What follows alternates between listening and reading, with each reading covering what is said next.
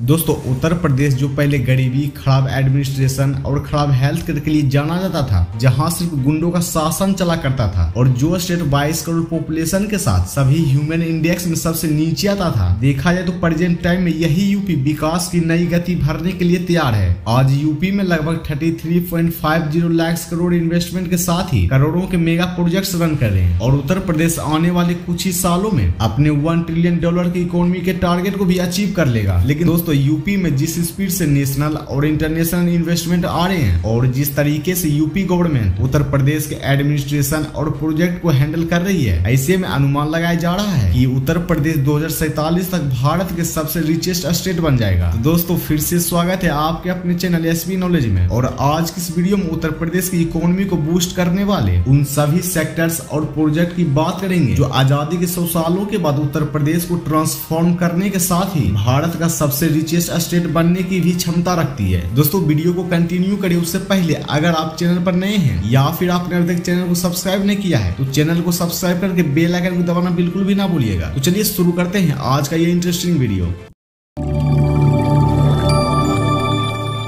दोस्तों एक्सपोर्ट किसी भी स्टेट की आय को बढ़ाने के साथ ही उसके इकोनॉमी को भी मजबूत करते हैं। आज दुनिया भर में उन्हीं कंट्रीज की आवाज उठती है जो एक्सपोर्ट में अपनी मोनोपोली को बनाए हुए हैं। देखा जाए तो भारत में भी वही राज्य सक्सेसफुल है जिसका आय का मुख्य हिस्सा एक्सपोर्ट से आता है। ऐसे में दोस्तों यूपी गवर्नमेंट इस बात को बहुत अच्छे से जानती है। यूपी गवर्नमेंट ने इसके लिए काम भी शुरू कर दिया है और इसी का रिजल्ट है कि 2017 में यूपी का एक्सपोर्ट जहां 88 करोड़ था, वहीं 2022 में आते आते 1.56 लाख करोड़ हो गया है। साथ ही आने वाले 3 सालों में इसको 3 लाख करोड़ पहुंचाने का भी टारगेट रखा गया है। दोस्तों बस इतना ही नहीं, यूपी गवर्नमेंट ने एक्सपोर्ट को बढ़ावा देने के लिए इस साल Uttar Pradesh export infrastructure development scheme के बजट को दोगुना कर दिया है और इस योजना के लिए 7 करोड़ का बजट एलोकेट किया है। दोस्तों इसके अलावा यूपी गवर्नमेंट ने यूनियन मिनिस्टर पीयूष गोयल से भी अपील की है कि उत्तर प्रदेश के प्रोडक्ट पर लग रहे एक्स्ट्रा 10% टैरिफ को कम कराएं, जिससे यहाँ के प्रोडक्ट सस्ते होकर बांग्लादेश और कंबोडिया के बने प्रोडक्ट से compete कर सके। दोस्तों आज यूपी के पास कच्चा माल और ह्यूमन रिसोर्स दोनों है जो एक्सपोर्ट को ऊंचाइयों तक ले जाने के लिए काफी है और इसका परिणाम हम यूपी में बढ़ते एक्सपोर्ट में भी देख सकते हैं। इसे आमतौर पर कहा भी जा सकता है कि यूपी को भारत का रिचेस्ट स्टेट बनाने के लक्ष्य में एक्सपोर्ट का योगदान बहुत ही महत्वपूर्ण होगा।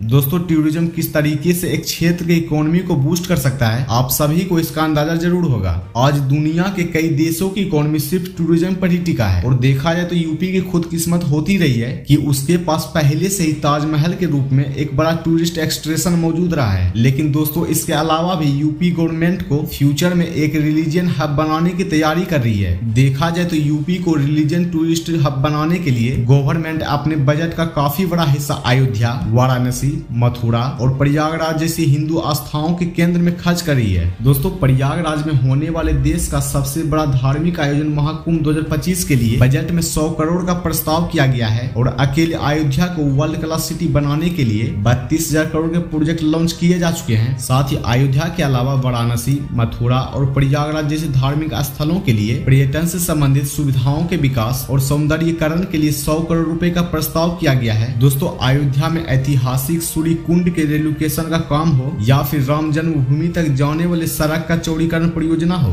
देखा जाए तो इन सभी कामों के लिए 440 करोड़ का बजट एलोकेट हो चुका है। दोस्तों बस इतना ही नहीं, बनारस गंगा तट से काशी विश्वनाथ धाम तक पहुंच बनाने के लिए मार्ग का विस्तार किया गया है जिसमें 77 करोड़ का आवंटन प्रस्तावित किया गया है। साथ ही दोस्तों बनारस में काशी विश्वनाथ धाम मंदिर कॉरिडोर का निर्माण लगभग 700 करोड़ के बजट से किया गया है और पर्यटन को बढ़ावा देने के लिए गंगा नदी में क्रूज सेवा को भी शुरू कर दिया गया है। साथ ही बनारस और अयोध्या के अलावा कृष्ण नगरी, वृंदावन और मथुरा पर भी विशेष ध्यान दिया जा रहा है। देखा जाए तो अभी हाल ही में उत्तर प्रदेश सरकार द्वारा मथुरा और वृंदावन को भी तीर्थ नगरी घोषित किया गया है। दोस्तों इन सब के अलावा उत्तर प्रदेश को नई ऊंचाई तक ले जाने के लिए chief minister tourist place scheme शुरू किया गया है जिसमें हर विधानसभा क्षेत्र में प्रमुख पर्यटन विकसित करने के लिए 250 करोड़ रुपए का प्रावधान किया गया है। दोस्तों देखा जाए तो यूपी गवर्नमेंट यूपी को टूरिस्ट हब बनाकर अपनी इकोनॉमी का एक बड़ा हिस्सा टूरिज्म सेक्टर से लाना चाहती है। और एक्सपर्ट्स का मानना है कि भविष्य में उत्तर प्रदेश अकेले टूरिज्म सेक्टर से इतना रेवेन्यू कलेक्ट कर लेगा उतना देश के बाकी राज्य मुश्किल से ही कर पाएंगे। दोस्तों, उत्तर प्रदेश को भारत का सबसे रिचेस्ट स्टेट बनाना है तो इसके लिए यूपी हर उस इंडस्ट्री की नीड है जो इकोनॉमी को सोने की स्पीड से बूस्ट करे। और देखा जाए तो आईटी इंडस्ट्री उनमें से एक है। और जिस तरह से कर्नाटका में बेंगलुरु और हरियाणा में गुरुग्राम स्टेट की ओवरऑल इकोनॉमी में अपना रोल निभाते हैं और मौजूदा समय में नोएडा और ग्रेटर नोएडा भी उत्तर प्रदेश के लिए कुछ ऐसा ही रोल निभा रहे हैं। लेकिन देखा जाए तो 22 करोड़ पॉपुलेशन वाले स्टेट में सिर्फ एक आईटी हब से काम नहीं चलेगा। दोस्तों, इसके लिए कम से कम 4 से 5 सेंटर की नीड है और इस नीड को यूपी गवर्नमेंट अच्छे से समझती भी है। दोस्तों, इसीलिए नोएडा से अलग लखनऊ, कानपुर, बनारस और प्रयागराज को नया आईटी और आईटीएस सेक्टर हब के रूप में विकसित करने की पूरी रणनीति तैयार भी की है। दोस्तों, देखा जाए तो नया आईटी सेक्टर में नई टेक्नोलॉजी, बड़े इंफॉर्मेशन को क्रिएट किया जाता है, उनको मैनेज सेक्टर और इंफॉर्मेशन को एक्सचेंज किया जाता है। वहीं दोस्तों आईटीएस सेक्टर ऑर्गेनाइजेशन एफिशिएंसी को इंप्रूव करता है। और गवर्नमेंट का मानना है कि यूपी के 5 जिले आईटी और आईटीएस क्षेत्र में राज्य के विकास के लिए नई संभावनाओं की द्वार खोलेंगे, जिसे यूपी का ब्रेन रेन रुकेगा। यानी कि प्रतिभाशाली बच्चों के यूपी के अंदर ही करियर के बेहतर अवसर मिल पाएंगे। दोस्तों, देखा जाए तो एनसीआर, नई दिल्ली और गुरुग्राम के नजदीक होने के कारण गौतम बुद्ध नगर यानी कि नोएडा और ग्रेटर नोएडा के क्षेत्र पहले से ही आईटी हब के रूप में अपनी पहचान बना चुका है। लेकिन यूपी गवर्नमेंट इसको केवल इंडिया का ही नहीं बल्कि पूरे वर्ल्ड का आईटी हब बनाना चाहती है। साथ ही यूपी को देश का आईटी हब बनाने की दिशा में गवर्नमेंट के सभी मंडलों में एक आईटी पार्क बनाने जा रही है, जिससे न केवल राज्य में इन्वेस्टमेंट आएगा बल्कि रोजगार के भी अवसर बढ़ेंगे। बनारस और बरेली में आईटी पार्क का सेक्शन जल्द ही पूरा होने वाला है, जबकि मेरठ,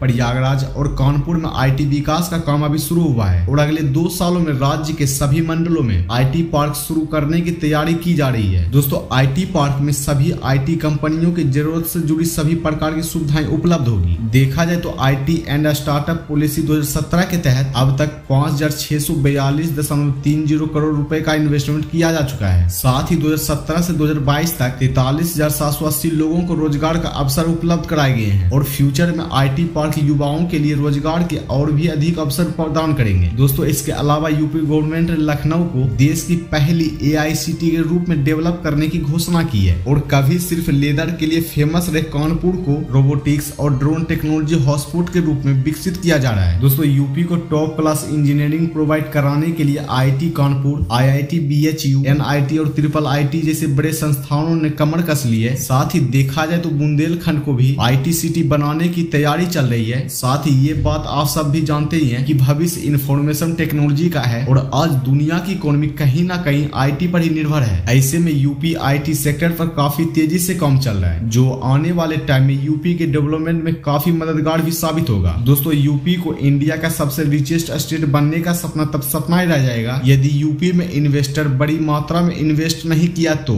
और दोस्तों, ऐसा ना हो इसके लिए यूपी गवर्नमेंट ने कई तरह के इन्वेस्टर समिट को यूपी में ऑर्गेनाइज करा रही है। देखा जाए तो 2023 में लखनऊ में हुए Uttar Pradesh global investor summit में यूपी को 33.50 लाख करोड़ का इन्वेस्टमेंट प्रपोजल मिले और अनुमान लगाया जा रहा है कि इन्वेस्टमेंट उत्तर प्रदेश में लगभग 43 लाख लोगों को रोजगार उपलब्ध कराएगा। दोस्तों, उत्तर प्रदेश के मुख्यमंत्री योगी आदित्यनाथ के मुताबिक इस इन्वेस्टमेंट का यूज केवल कुछ ही क्षेत्रों में नहीं बल्कि सभी जिलों में होगा। और ये समिट इसलिए भी खास है क्योंकि 1000 से ज्यादा विदेशी प्रतिनिधियों सहित 25,000 से अधिक प्रतिनिधियों ने भाग लिया। दोस्तों, देखा जाए तो शिखर सम्मेलन में नीदरलैंड, डेनमार्क, सिंगापुर, जापान, दक्षिण Korea, Australia, United kingdom, UAE, Italy और मॉरिशस के साथ टोटल 40 कंट्रीज के प्रतिनिधि शामिल हुए थे। साथ ही नेशनल इन्वेस्टर ने भी यूपी में इन्वेस्ट करने का ऐलान किया। देखा जाए तो आदित्य बिरला समूह के अध्यक्ष कुमार मंगलम बिरला ने cement, steel, chemical, financial service और रेन्यूएबल एनर्जी में 25,000 करोड़ के इन्वेस्टमेंट की बात कही है। साथ ही दोस्तों, रिलायंस इंडस्ट्री के चेयरमैन मुकेश अंबानी ने जियो, रिटेल और रेन्यूएबल एनर्जी में 75,000 करोड़ निवेश की बात कही है। देखा जाए तो टाटा समूह के रिलीजियस वाइल्ड लाइफ टूरिज्म में होटल इंडस्ट्री में भी निवेश करने की बात कही है। साथ ही ब्रिटिश रक्षा मंत्री एलेक्स चाल्क ने यूपी में डिफेंस वेपन्स की मैन्युफैक्चरिंग में इन्वेस्ट करने की बात कही है। ऐसे में दोस्तों, देखा जाए तो डेफिनेटली ये सारे इन्वेस्टमेंट यूपी की इकोनॉमी को बूस्ट करने में अपना रोल प्ले करेंगे। दोस्तों, इकोनॉमी तब स्मूथली रन करती है जब कच्चे माल और तैयार माल का आवाजाही समय पर हो। दोस्तों, इसीलिए उत्तर प्रदेश की इकोनॉमी को बेहतर करने के लिए सरकार एक मजबूत बुनियादी ढांचे के साथ साथ तेज परिवहन मार्ग को बनाने की तैयारी में जुटी हुई है। देखा जाए तो पिछले 6 सालों में उत्तर प्रदेश में केंद्र और स्टेट गवर्नमेंट दोनों की तरफ से सड़क और एक्सप्रेसवे पर काफी ध्यान दिया गया है। दोस्तों, यूपी में अब देश का सबसे लंबा रोड नेटवर्क है। साथ ही यूपी के हर क्षेत्र में आपस में जोड़ने के लिए मौजूद समय 5 वे एक्सप्रेसवे प्रोजेक्ट रन कर रहे हैं, जिसमें पहला है गंगा एक्सप्रेसवे, दूसरा लखनऊ कानपुर एक्सप्रेसवे, तीसरा कानपुर आउटर रिंग रोड, चौथा बनारस कोलकाता एक्सप्रेसवे